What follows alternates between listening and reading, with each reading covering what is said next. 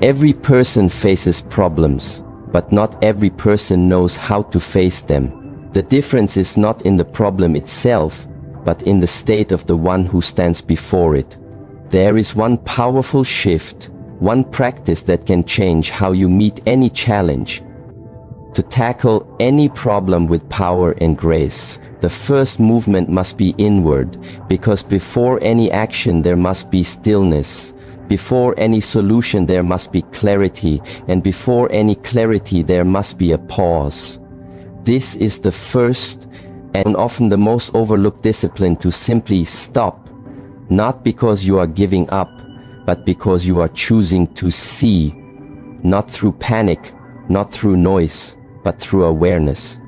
Imagine a man standing at the edge of a storm. If he runs into the wind without thought, he is blown off his path. But if he stands still, observes the clouds, feels the direction of the wind, and anchors his breath, then he knows how to move.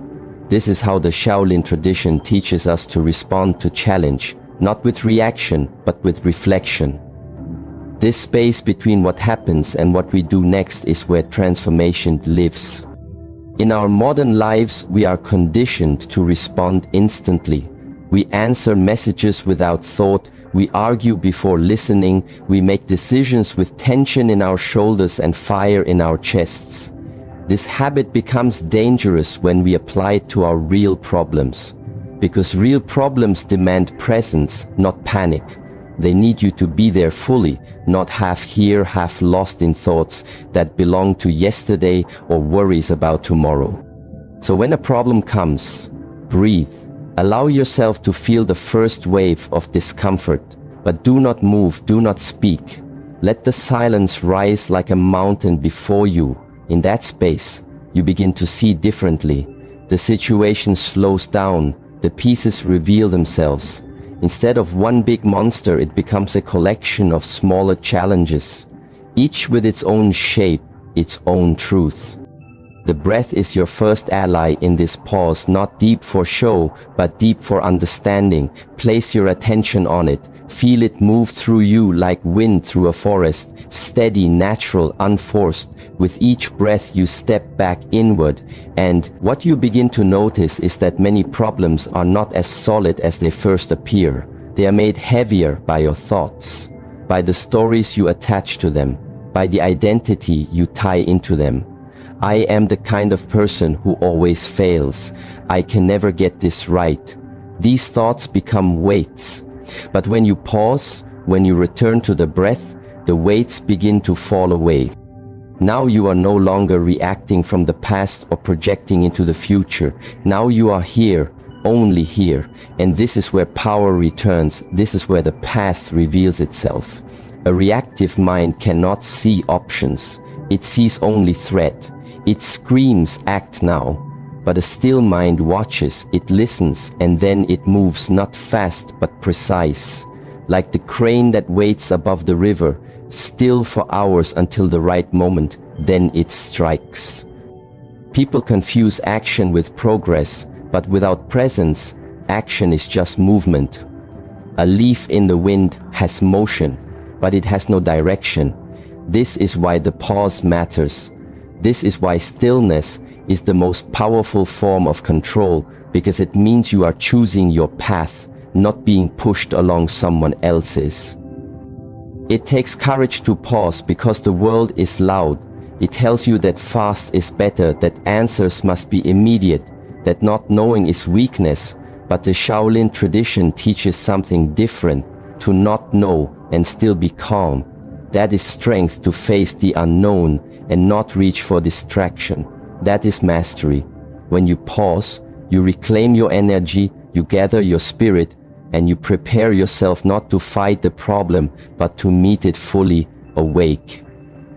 There will be moments where pausing feels like doing nothing, where the pressure builds and you feel the urge to speak, act, decide, fix, resist it. Listen more, breathe deeper, allow that wave to pass. Because if you act before it passes, you are not solving the problem, you are feeding the fire. But when you allow that energy to settle, your actions become simple, pure. They do not come from fear, they come from clarity. And this is the difference between chaos and calm. You can train this like any other skill. Start with small things. Feel irritation rising in a conversation. Pause. Feel the breath in your body. Do not respond yet, just feel. And in that feeling you will find something surprising, a choice, the ability to go left or right or not move at all. And this is freedom, not to be ruled by your emotions, but to work with them as a master works with his tools. They do not control him, they serve him. In time this habit becomes natural. You face something difficult and your first instinct is not to run or to speak, but to breathe. Your first move is to return to yourself, to your center, and from this place you can move anywhere. From this stillness you are unshakable, because you are no longer reacting. You are responding, and a response is always stronger than a reaction. So this is the powerful hack that opens the door to all the others. Pause, feel, breathe, and let the storm pass before you walk into it, not because you are afraid, but because you are wise. The wise warrior wins before the battle even begins, and he wins because he knows how to wait, how to watch, how to walk with purpose. Return to your breath, return to your center. The answer is already there, waiting in the silence, waiting for you to be still enough to hear it. When you begin to understand that the mind cannot function clearly if the body is not aligned, you will see that most of our difficulties are not just mental, they are physical too. The tension you carry in your shoulders, the shallow breath, the stiffness in your chest, all of it speaks louder than your thoughts, because the body does not lie. The body reveals what the mind tries to hide. Often when we face a problem, we try to solve it by thinking harder, by analyzing more, by talking to more people, by consuming more information. But all of this happens while the body remains in a disturbed state, and this disturbance creates noise. Even the sharpest mind cannot find clarity when the body is in disharmony. This is why we say, before you solve anything, return to the breath, return to the body, because the wisdom you seek is already present, but your inner storm hides it from you. The breath is not only a physical process, it is a mirror of your inner world. When you are calm, your breath is deep. When you are afraid, it becomes shallow. When you are angry, it becomes sharp, and when you are lost, it disappears. When you bring awareness to your breath, you bring awareness to your life. You begin to notice the moment you shifted from peace to tension, from presence to distraction, from clarity to confusion. And the beauty of this practice is that it requires nothing but attention. You don't need to go anywhere or do anything.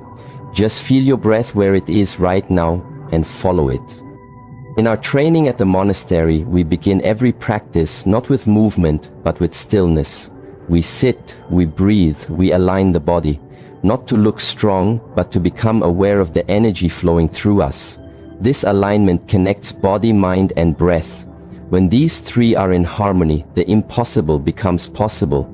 It is not about forcing solutions, it is about becoming the kind of person that solutions come to easily, naturally, without struggle. Many people chase motivation, hoping that a spark will lift them above their problems, but they do this with a restless body. They sit with tension and wonder why peace does not come. They walk with tight muscles and wonder why the world feels heavy. But how can the world feel light when your own being is clenched like a fist? The breath teaches you to release, to open, to soften, not in weakness, but in readiness. When the body is soft, the mind becomes sharp. A sharp mind in a relaxed body is a powerful combination because it allows you to move from stillness, not from agitation. You begin to act not out of pressure, but out of intention. And your actions carry a different energy. They are clean, direct, without waste. They come from awareness, not reaction. This is why we say wisdom lives in the breath, not because the breath is magic, but because the breath is truth. Every time you become aware of your breath, you return to reality. not the imagined reality built from thoughts, not the future you fear or the past you regret, but the present moment. And the present is the only place where action exists, where power exists, where life is real. Problems do not live in the present, they live in memory and projection. But solutions are born now in this moment, and this moment begins with the breath. If you feel overwhelmed by a situation, first notice your body, notice your posture, notice your breath, and then adjust. If your shoulders are lifted, let them drop. If your chest is tight, allow it to expand. If your face is tense, let it soften. Then take one deep breath and feel it all the way down to your belly, and again, until your mind begins to follow the breath like a river flowing back to its source. You will notice something changing your thoughts. Slow your heartbeat, calms your eyes, see more clearly, and your perspective begins to shift. This shift is everything, because it means you are no longer inside the problem, you are now observing it. You have created space, and in that space there is power. The same problem you could not face a few moments ago now seems different because you are different. And this is the essence of transformation, not changing the outside first, but changing your inner state first. The outside follows the inner, never the opposite. Breath is the anchor. It is the bridge between the body and the mind, and it is always available, even in the most difficult moment, even when nothing else is clear. Your breath is there, faithful, consistent, patient. It does not judge, it does not argue. It simply moves in and out like the tide, reminding you that you are alive, that you are here, and that here is enough. There are many techniques to master the breath. Some use counting, some use rhythm, some use sound, but the most powerful technique is presence. Just be with it. Watch it, follow it, allow it to show you where you are holding. Allow it to guide you back into balance. And with practice, this becomes natural. You will face a problem, and instead of collapsing into thought, you will return to breath, and the breath will show you the way. You do not need to rush. You do not need to force. Just align yourself with your breath and your body, and from that place your steps will be guided, not by fear, not by confusion, but by clarity. This is how we train at the Shaolin Temple. We do not start with solving problems, we start with solving ourselves. We align breath, body and mind, and from that alignment, everything becomes simple. When the breath is calm, the mind becomes still. When the mind is still, the world opens. When the world opens, the path becomes clear. So when the next challenge comes, do not try to think your way out of it. Feel your way into it through the breath, through the body, through presence. Because presence is where all power begins. Everything you need is already within you, waiting to be remembered in the quiet rhythm of your breath. When the mind is calm and the breath is steady, the next movement is to see clearly, not just feel clearly, but to see with precision, because the problem is not always as it appears at first. Many times, what looks like a wall is actually a fog. What feels like a heavy weight is often scattered fragments combined into one illusion of difficulty. This is where the third step comes into play, to simplify the problem, to cut it cleanly like a sword through confusion, not to fight the problem, but to reveal its shape and make it manageable. In the Shaolin path, we are not taught to overwhelm the mind with the size of the mountain. Instead, we are taught to study the path ahead with the eyes of a tracker, see where the earth is soft, where the slope is steep, where the air is thin. Every detail matters, but only when it is seen one by one clearly. The mistake most people make is that they face the problem all at once. They feel everything at the same time, the fear, the weight, the urgency, and so they freeze or they rush. Both of these come from being overwhelmed. You must learn to divide, to separate what is yours from what is not yours, what is in your control from what is beyond it, what is true from what is assumed. Because many problems are not heavy because they are real. They are heavy because they are tangled in fear and imagination and opinion. The sword of simplicity cuts through this not with aggression but with clarity. This is why we ask questions, not to find more information, but to uncover what matters. The first question is always, what can I influence? Not what do I want, not what should be, but what can I truly affect in this moment? Without changing the world, without changing another person, without pretending just me now. This question is powerful because it brings you back from fantasy to truth. It shows you the space where action is possible, even if it is small. When you realize that not everything in a problem belongs to you, something releases inside you. Because now you are carrying only what is yours, and this is always lighter than what you thought. Suddenly, you are not trying to fix the entire situation. You are only handling your part. And this is where energy returns. This is where motivation is no longer needed, because the task is now clear, and clarity always moves forward. In combat, we are trained to respond to the immediate threat, not the imagined one. If your opponent throws a punch, you do not think about the next 5 moves. You focus on this strike, now, this moment, now. You simplify, and from that simplicity comes clean movement. In the same way, when life throws a problem at you, respond to what is here, not what might come, not what others might think, not what happened before. Only this moment, this step, this breath.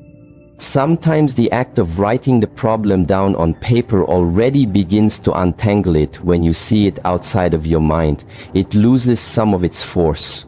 You begin to notice how many of the thoughts around it are just noise, echoes of fear or habit or stories you've told yourself for years. I always fail, people never support me, this always happens. These are not facts. They are stories, and stories have to be questioned or they become prisons. So take the problem and ask yourself, what are the actual facts, not the feelings, not the opinions, not the predictions, but the facts. Then ask, which of these can I influence today? And what is one small movement I can make in that direction, even a little one, because action creates momentum, and momentum breaks paralysis. And once you are moving even slowly, you are no longer stuck. You will also notice that when you simplify a problem, it often becomes boring. And this is good, because problems that seem overwhelming usually have an emotional charge that makes them feel big. But when you reduce them to clear steps, they lose that fire. They become just something to do, just something to carry. And you realize that the storm was in the mind, not in the task. If you do not simplify your problems, they grow in the shadows. They collect fear and gain weight and begin to spread into other parts of your life. One problem becomes 5 because the mind cannot hold confusion without cost. But when you cut clearly, when you strip away the noise, what remains is always something you can face. And this is the key to inner strength, to face not the imagined weight of life, but the actual shape of each challenge, and to respond with presence. A Shaolin monk does not fear complexity, he simply does not get lost in it, because he has trained to look through it with steady eyes and a quiet mind. When a challenge arrives, he breathes, he observes, he moves when movement is necessary, and he rests when resting is the path. There is no wasted motion, because he has simplified his inner world, and so his outer actions are direct and clean. Simplicity is not about avoiding the hard truth. It is about facing only the truth, not the decorations around it, not the fear built on top of it, not the stories attached to it, only the truth. And the truth is always smaller than the fear. It looks smaller because it is no longer swollen by anxiety. When you face only the truth, you become free to move again. Do not try to solve problems in your head alone. The mind is a good tool, but it is also a mirror, and mirrors can distort under pressure. Use the breath, use the body, use the practice of writing, use the power of speech to someone who can reflect clearly back to you. But most importantly, use the sword of simplicity, because that sword is always sharp, and always available to the one who trains with it. You were not meant to carry everything, you were meant to carry only what is real. And when you carry only what is real, you walk lighter, you move faster, you see farther, and you realize that many problems are not to be solved, but to be understood. And once they are understood, they often dissolve. Return to the breath, return to the body, cut through the noise and walk forward only with what matters. When the mind has been calmed by stillness, and the body returned to through breath, and the problem has been cut down to its true size through simplicity, then the final movement is to walk. Not in rush, not in fear, but with steady discipline. This is where many people stop. They wait for a feeling, they wait for motivation, they wait until it feels right. But waiting is not the way a warrior moves. A warrior does not wait for perfect conditions. The warrior becomes the condition. Discipline is not about pushing harder. It is not punishment. It is the quiet agreement you make with yourself that you will show up no matter how you feel. It is the decision that your path will not be decided by your mood or the weather or the opinions of others. It will be decided by your inner alignment, by your choice to move forward because it is the right thing to do, not because it feels easy or exciting. Most people think discipline is about effort, but true discipline is about rhythm. It is the rhythm of your breath, the rhythm of your training, the rhythm of your attention. It is about showing up again and again and again until the mountain becomes a path. Not because the mountain changed, but because your steps became consistent enough to shape the earth beneath them. When you repeat something with full presence, it begins to transform, not just the task, but the one who does it. In the monastery we train the same movements every day, not because we are slow to learn, but because the repetition changes our relationship with the movement. At first the mind resists, it wants novelty, but over time the body remembers and the practice becomes part of you. The same must happen in your life. When facing a problem, do not ask how many steps it will take. Ask only what is the next step, and then take it fully with presence, with integrity. Then do the next, and trust that even the tallest tree grows from the smallest root. Repeat it again and again, in silence and stillness. Discipline is the form that protects your energy when motivation fades. Motivation is a firework. It rises quickly, then falls back to darkness. Discipline is the sun. It rises every day, not with noise but with certainty. This is why we do not rely on how we feel, we rely on what we have chosen. We rely on the path we have committed to, because that commitment is stronger than emotion, stronger than doubt, stronger even than fear. You may feel like stopping, but if your breath is still steady and your body is still grounded, then keep going. One more movement, one more task, one more act of clarity. Because every time you choose action over hesitation, you become more than who you were the day before. And this growth is not loud.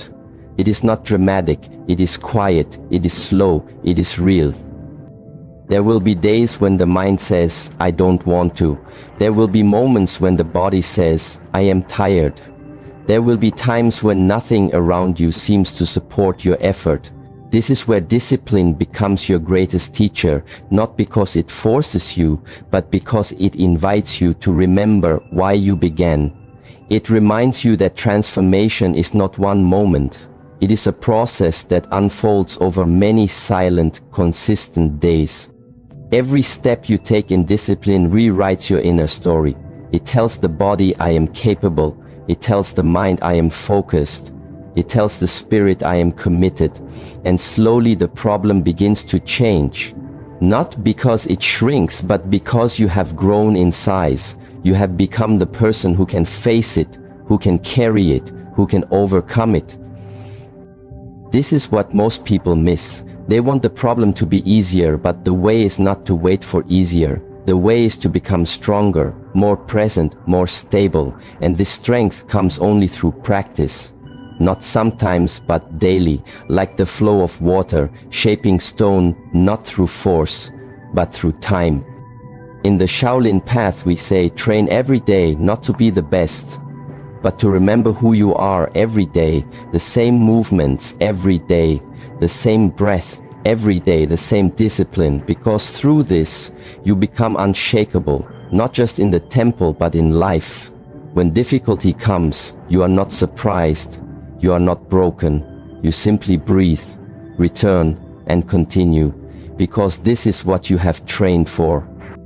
If you take one clear step every day, you will move through any challenge. Maybe not quickly, but certainly. The one who moves slowly but never stops will always go farther than the one who runs but falls from exhaustion. So choose the slow path. Choose the steady path, not because it is easier, but because it is lasting. And let your discipline be gentle. It does not need to be harsh. It needs to be true. Let it be the quiet voice inside that says, again. Let it be the steady hand that rises even when the heart is unsure, because this is how the spirit becomes strong, through movement, through breath, through choice made again and again in silence. You do not need to feel ready, you do not need to feel powerful, you only need to begin, and then begin again, and then again. And this is how any problem is overcome, not by sudden breakthrough, but by daily presence. Not by waiting for a sign, but by becoming the sign, by showing yourself that you will walk, no matter the weight, no matter the weather, no matter the outcome. Return to the breath, return to the step. Walk with discipline and let the path unfold through your devotion.